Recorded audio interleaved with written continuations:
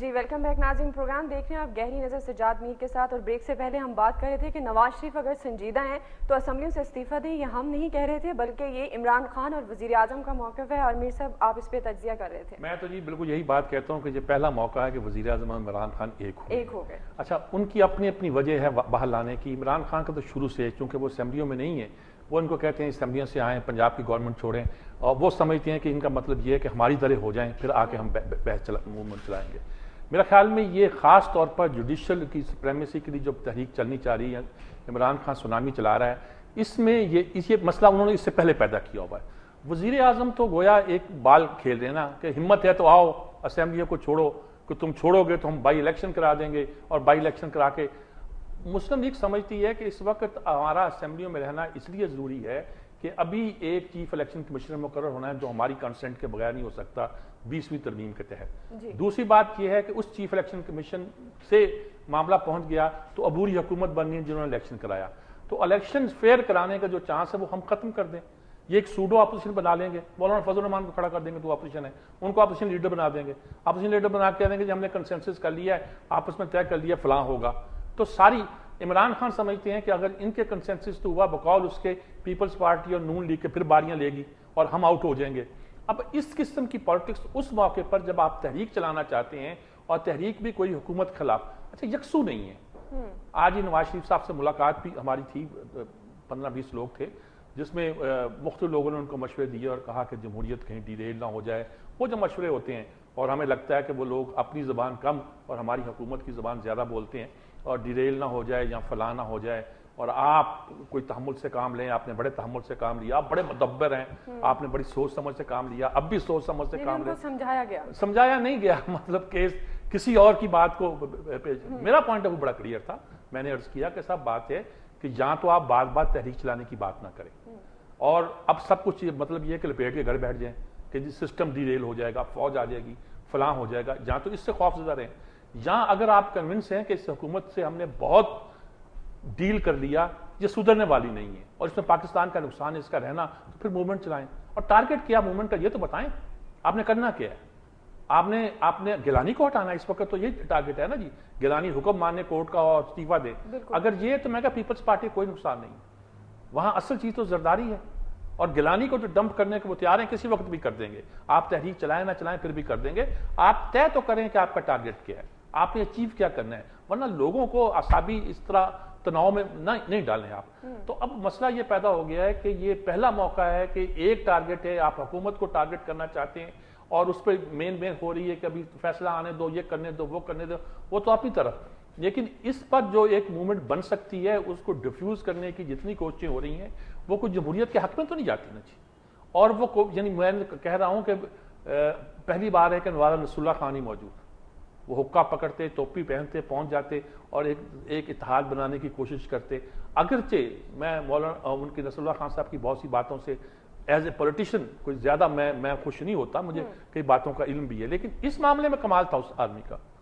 اب مثلا یہ رول کسی حد تک ادا کر سکتے تھے مولانا فضل الرحمان، لیکن انہوں نے بھی اپنے آپ کو کچھ اس حالت میں پہنچا دیا ہے کہ شاید وہ بھی کسی رول کو ادا کرنے کے قابل نہیں رہے. انہوں نے اوور جا کے مشرف کے جس طرح ساتھ دیا تھا، اوور ہو کے ان کے ساتھ تھے، تو اب ابھی ان پر بھی لوگ ٹرسٹ نہیں کر رہے. ضرورت اس امر کی ہے کہ اگر سچ مچ آپ سمجھتے ہو کہ حکومت کو بدلنا ہے، حکومت کو جانا ہے، اسی میں پاکستان کا مفاد ہے، آپ بھی سمجھتے ہو اور عمران خان بھی سمجھتا ہے، تو عمران خان اور نواز شریف کو باقی چیزوں کو چھوڑ کے اس 1 پوائنٹ ایجنڈے پہ ایک ہونا چاہیے.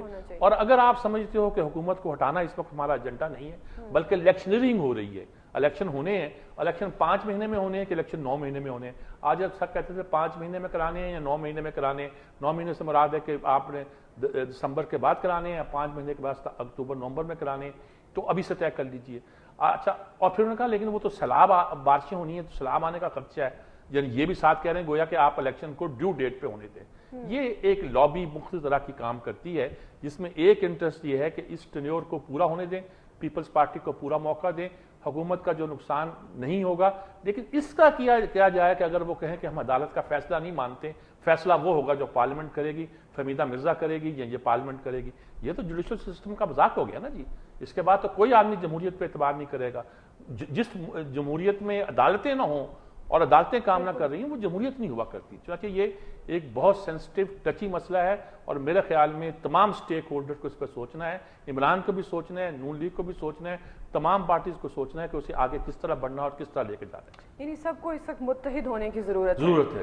اچھا, اگر جیسے آپ امریکہ ایشوز کی بات کریں, بڑے امپورٹنٹ ہوتے ہیں ان کے بیانات. ہیلری کلنٹن جو ہیں وہ بھارت گئی ہیں اور انہوں نے بھارت کے ساتھ جو حافظ سعید کے حوالے سے بھی جو بھارت کا موقف تھا اس کی تائید کی, اور خاص طور پر یہ بھی کہا کہ ایمن الظواہری پاکستان میں موجود ہیں.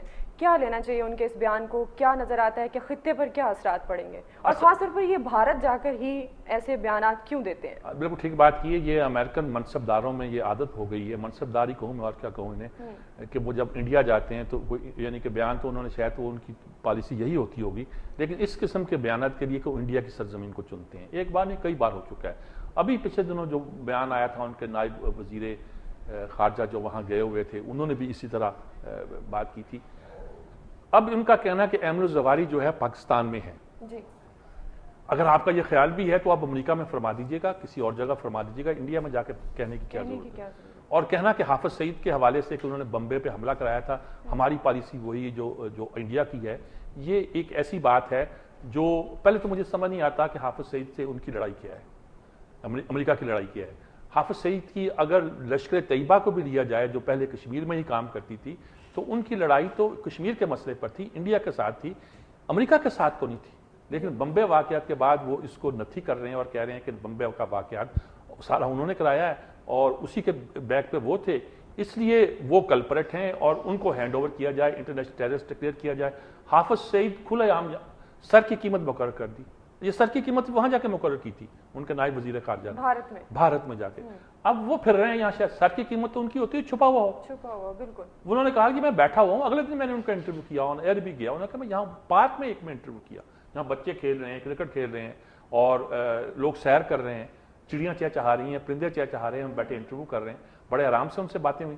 انہوں نے کہا بھی کیا ہے مسئلہ جو آپ یہ کہتے ہیں. اچھا, دوسری بات یہ ہے کہ حافظ سعید کے حوالے سے ان کا یہ کہنا یہ کہ وہ تو اگر ہیں تو وہ کشمیر کے مسئلے پہ ہیں, وہ کہتے ہیں یہ القاعدہ سے ان کے رابطے ہیں. اچھا, آپ اس مسئلے کو جان بوجھ کر وہ سارے مسائل جو وہاں جا کے ہوتے ہیں ان کو ہائی لائٹ کرتے ہیں. ہلیری کلنٹن بھی اب بنگلہ دیش میں گئی ہیں, وہاں ٹھیک ہے آپ خالدہ ضیاء سے ملے, حسینہ واجد سے ملے, دونوں سے کہا بھی صلح کر لو, اختلافات بلا دو, وہ جمہوری معاملہ ہے, وہ کریں نہ کریں صلح, میدان میں آ کے فیصلہ کر دیں گے عوام کیا کرنا ہے. محمد یونس سے ملے, گرامین بینک والا ہے, اس کی تعریف کی, یہ بتایا کہ میں دنیا میں 2 ہی لوگوں سے متاثر ہوں, ایک اس پہ محمد یونس ہے, ہم بھی اس سے متاثر ہیں تھے. پاکستان میں بڑے بڑے لوگ ہیں. اب یہ جو ڈاکٹر امجد ثاقب پاکستان میں کام کر رہے ہیں, جس سے مائکرو فائنانس کہتے ہیں, چھوٹے چھوٹے قرضے دینے کا, لاکھوں لوگوں کو انہوں نے قرضے دیے ہیں, اربوں روپیہ قرضہ دیا ہے, لیکن یہ بلا سود دے رہے ہیں. وہ 36% سود پہ دے رہے تھے. یعنی بنگلہ دیش میں لوگ ابھی تک اس سود میں جکڑے ہوئے ہیں, مقدمے بھی چلتے رہے ہیں. وہ ایک تجربہ تھا, کامیاب رہا, لیکن پاکستان میں اس سے بڑا تجربہ ہو رہا ہے. اب فلاحی کام رفائی کام ہوتے ہیں, پاکستان میں عیدی بیٹھا ہوا ہے, اور لوگ ہیں جو بہت سے فلاحی اور رفائی کام کرتے ہیں, ان کی نظر اس پہ نہیں پڑتی. چلیے بہرحال انہوں نے یہ ان کی بھی ملاقات کی, لیکن انڈیا میں جا کے ان کو عجیب سے آپا پڑ جاتا ہے کہ پاکستان کے خلاف ضرور کوئی بیان دینا ہے, کچھ کرنا ہے. یہ خیال نہیں آیا کہ وہ اینٹی بلاسٹک میزائل بنا رہے ہیں, اور وہ خیر وہ تو کوئی الگ بات ہوگی. وہ ان کی کسی بات پہ ان کو کوئی اعتراض نہیں ہوتا, وہ بالکل ان سے دوستی ہے.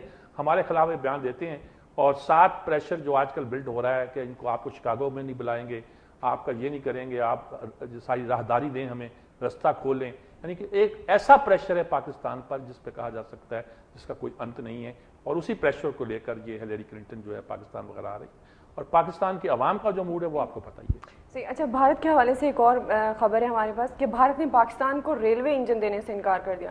جب وسائل کی بات آتی ہے تو بھارت پیچھے کیوں ہٹ جاتا ہے؟ ایک طرف تو ہم اچھے تعلقات کے خواہش مند ہیں پاک بھارت, اور ہم نے اس کو پسندیدہ ملک بھی قرار دیا, لیکن جب وسائل کی بات آتی ہے وہاں کچھ عجیب سے ایٹیٹیوڈ نہیں ہو جاتا؟ اچھا خیر, آپ یہاں کانفرنس بھی ہو رہی ہے, ہو سکتا ہے آپ وہ بھی مجھ سے بات کرو, لیکن یہ جو بات ہے کہ وہ پاکستان نے کہا کہ بھی ہمارے پاس ریلوے انجن خراب ہے, انڈیا کے پاس کچھ سرپلس ہو گئے, ان کو 40-50 انجن بھیج دو, کچھ ہمارے انجن لے جاؤ, کوئی مرمت کر کے پھر وہ ہم لے لیں گے, کچھ کر لیں گے. تو بھارت نے یہ کہہ کے پچھلے دنوں آیا تھا کہ یہ پتہ نہیں کرایہ دیں کہ نہ دیں ہمیں ان کا, تو کچھ گول مول کر کے اب اس کو مکمل ختم کر. ہمارے سب سے آسان تھا کہ ٹریک موجود ہے, چلتی ہوئی گاڑی یہاں آئے, یہاں سے کام شروع کر دے. یعنی مشکل میں کچھ جو کہتے ہیں نا ہم بجلی دے دیں گے, فلاں دے دیں گے, ریلائبل نہیں ہے جی. اور پاکستان نے اتنا برا حال کر دیا اپنے ریلوے کا. کل شالیمار ایکسپریس چلنی تھی پرائیویٹ سیکٹر سے, اس کو ناکام کرنے کی کوشش کی جا رہی ہے, 2 گھنٹے لیٹ چلی ہے. لیکن اب کچھ توجہ ہو رہی ہے, ریلوے کی طرف بھی ہو رہی ہے, پی آئی اے کی طرف بھی ہو رہی ہے. اس کے چیئرمین اب جو ہے پہلی بار بہت دنوں کے بعد فضائیہ کے جو ریٹائر ہونے والے سربراہ ہیں راؤ قمر سلمان کو لگایا گیا ہے. یعنی ان لوگوں کا یہ ہوتا ہے کہ جو ایئر فورس سے یا فوج سے آتے ہیں تھوڑا سا ڈسپلنڈ ہوتے ہیں, اور کچھ کریں نہ کریں ڈسپلن قائم کرنے کی کوشش کرتے ہیں. بظاہر اندر ان ڈیپتھ ہو کے سٹیل مل میں جنرل جاوید ہیں جو پہلے بھی رہے ہیں, ان کو لگا دیا ہے, ریٹائرڈ تھے, اویلیبل تھے پرانے. یعنی کوشش اس بات کی ہے کہ وہ ادارے جو ہیں الیکشن تک ہم لوگ کہیں کہ ان اداروں کو ہم بہتر کرنے کی کوشش کی جائے. 4 سال جس کو آپ نے تباہ کیا ہے, آپ کیا 4 مہینے میں اس کو ٹھیک کر لیں گے؟ یہ تو بڑا مشکل ہو جاتا ہے نا جی. 4 سال آپ نے عیاشی کی, یار دوستوں کو یار باشی کی, یار دوستوں کو آپ نے عیشیں کرائیں, ان کو لگا دیا, کسی کو چیئرمین, کسی کو ڈی جی, کسی کو فلاں. اب سیولیشن کے پٹھا بیٹھ گیا, وہاں بھی جو حالت کی ہوئی ہے آپ نے. تو یہ ساری باتیں ایسی ہوتی ہیں کہ کر تو آپ دیتے ہیں لیکن پتہ بھگتنا پڑتا ہے. اب انجن نہیں ہے ہمارے پاس. ہماری ریلوے جو تھی ایک زمانے میں بہترین تھی, جہاں انجنوں کی تیاری مرمت کے کارخانے موجود ہیں, بوگیاں بنانے کے کارخانے تو مغل پورہ میں تھے, وہ فیکٹری سال اور اسلام آباد میں بھی تھی. سارا انفراسٹرکچر ہمارے یہاں موجود تھا. ہم نے ایسی تیسی کر دی ہے, تباہ کر دی ہے, اور اب بس سوائے بیان بازی کے اور کچھ کرتے نہیں ہیں. اچھا صاحب, اس ایشو سے اگر ہٹ کر سوچیں تو اقتصادی کانفرنس بھی ہو رہی ہے, لگتا ہے کہ کوئی نیا باب کھلے گا. آپ کیا سمجھتے ہیں کہ اس کا کوئی پازیٹیو رزلٹ ہوگا؟ اصل میں یہ بھی بڑی امن کی آشاد اس طرح کے نعروں کے ساتھ, بڑی فن فیئر کے ساتھ یہ کانفرنس ہو رہی ہے. میں کل پی سی میں ویسے گیا تھا ایک دوست کو ملنے کے لیے, تو دیکھا بڑی رونقیں لگی ہوئی ہیں, کوئی وہاں بیٹھا ہے, کوئی وہاں بیٹھا ہے. ملک بھر کے انڈسٹریسٹ آئے ہیں اور بڑے کہہ رہے ہیں کاروبار ہوگا. انڈیا کے لوگ آ کے بیان دے رہے ہیں, ٹی وی پہ نظر بھی آ رہے ہیں. مسئلہ یہ ہے کہ اگر آپ کی نیتیں ٹھیک ہیں تو سب کچھ ہو سکتا ہے, اور نیتیں ٹھیک نہیں ہیں تو کچھ نہیں ہو سکتا. اور مسئلہ یہ ہے کہ دونوں ملکوں کے درمیان تجارت جو ہے یہ اس کا ایک لمبی ہسٹری ہے. پہلی بار کب ہوا تھا یہ مسئلہ پیدا؟ مسئلہ اس وقت پیدا ہوا تھا جب انڈیا نے ہمارا پانی بند کر دیا تھا کہ پاکستان نے ڈالر کی قیمت کم نہیں کی تھی, انڈیا کے ڈالر کے مقابلے میں روپے کی قیمت کم نہیں کی تھی, جبکہ انڈیا نے کر دی تھی. اس کو تکلیف ہوئی کہ وہ پاکستان سے اس زمانے میں پرسنٹ خریدتا تھا مشرقی پاکستان میں, اور پرسنٹ 70% 80% دنیا کی آبادی کا مشرقی پاکستان میں پیدا ہوتا تھا. اس پرسنٹ کی قیمت اسے جب پاکستان کی کرنسی میں جو کہتے تھے ڈی ویلیو کرو نہیں کی تو اس کو مہنگی پڑ رہی تھی. اتنی سی بات تجارت میں اس خسارے پر اس نے ہمارا پانی بند کر دیا تھا. امریکہ آخری حد تک جاتا ہے, امریکہ کہتا ہوں بھارت آخری حد تک جاتا ہے تجارت کے مقابلے میں, بنیا ہے پورے کا پورا. اب انہوں نے کھولا ہے, بڑے انسینٹو دے رہے ہیں کہ $2.5 بلین کی ٹریڈ ہے, یہ $12 بلین ہو جائے گی. ہمارا فائدہ کتنا ہوگا, انڈیا کا فائدہ کتنا ہوگا, لیکن اوورآل مزاج فرسٹ ٹائم میں نے دیکھتا ہوں پنجاب میں خاص طور پر. پہلے تو تھا پنجاب ہی اینٹی انڈیا تھا, اب پنجاب میں یہ ہے کہ اس پہ پنجاب کا فائدہ ہے. رستہ کھلے گا, لاہور ایک ہب بنے گا, یہیں سے اگر ٹرانزٹ ٹریڈ جائے گی سینٹرل ایشیا میں تو یہیں سے ہو کے جائے گی, یہیں بکے گی چیزیں, یہاں کا مال جائے گا, تو اس خطے کو, اس علاقے کو اہمیت حاصل ہو جائے گی. تو نواز شریف اس کو سپورٹ کر رہے ہیں, گورنمنٹ کا تو پوائنٹ آف ویو ہے ہی. تو سارے اسٹیک, آپ سنا ہے کہ فوج بھی سپورٹ کر رہی ہے, ان کا بھی خیال ہے کہ اگر یہ رستے کھلتے ہیں تو ہم پہ بہت سا پریشر کم ہوتا ہے. اس میں پرابلم یہ ہے کہ امریکہ سپورٹ کر رہا ہے. اچھا, پرابلم نہیں کہنا چاہیے کہ پازیٹیو بات یہ ہے, لیکن اس کے وجہ سے کچھ لوگ مشکوک ہو جاتے ہیں, اور کچھ لوگ ویسے ہی انڈیا سے دوستی کے بارے میں مشکوک ہے, اور اس سے کہتے بھی یہی ہیں کہ انڈو امریکن لابی, یہ بھی ایک اصطلاح استعمال ہوتی ہے. کچھ تو اسرائیل کو اس میں شامل کرتے ہیں کہ ساروں کا اتحاد ہے تینوں کا.